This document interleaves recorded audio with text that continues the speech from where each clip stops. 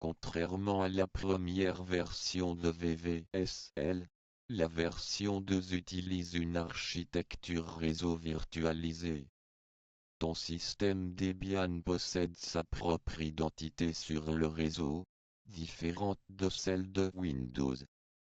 Comprendre ce pont invisible est la clé pour faire communiquer tes outils et tes serveurs. Pour connaître ton adresse IP dans Debian, utilise la commande IP addr show eth0. Cherche la ligne init. C'est ici que se cache ton adresse locale. Attention, cette adresse est dynamique. Elle peut changer à chaque fois que tu relances complètement VVSL. Parfois, ton Linux doit parler à une application sur Windows. Pour trouver l'adresse de ton hôte Windows, tape IP root show.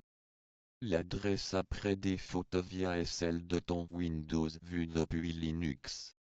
C'est par ce tunnel que transitent tes données.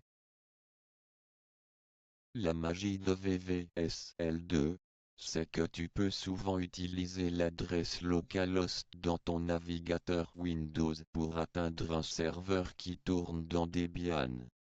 Windows fait automatiquement le lien entre les deux systèmes pour te faciliter la vie. Si tu n'arrives pas à naviguer sur Internet depuis ton terminal, le coupable est souvent le fichier resolve.conf dans un accent aigu C. C'est lui qui contient les adresses des serveurs DNS. Certains VPN professionnels cassent ce fichier, et il faut savoir le réparer manuellement. Pour vérifier que tout fonctionne, utilise la commande ping. Si les chiffres défilent, c'est que la route est libre. Tu peux aussi utiliser curl avec l'option grand I pour vérifier que tu reçois bien une réponse d'un serveur web distant. Parfois, Linux veut sortir mais Windows bloque la porte. Le pare-feu de Windows peut être très strict. Si tes outils réseau ne fonctionnent pas malgré tes efforts, il faudra vérifier que le trafic provenant de VVSL est bien autorisé dans les réglages de sécurité de Windows. Un bon administrateur a toujours ses outils. Installe les paquets IP utile-ping et DNS utile. Ils te permettront d'utiliser Dig pour tester tes noms de domaine ou Netstat pour voir quel logiciel occupe quel port sur ta machine.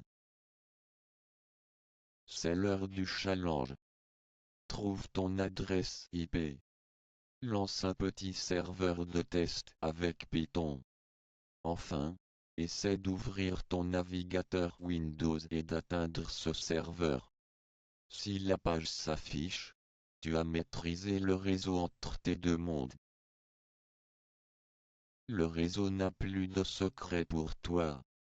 C'est une compétence vitale pour la suite, surtout quand nous installerons des serveurs professionnels. Dans la prochaine vidéo, nous allons apprendre à dompter la consommation de mémoire de Linux pour ne pas ralentir ton PC.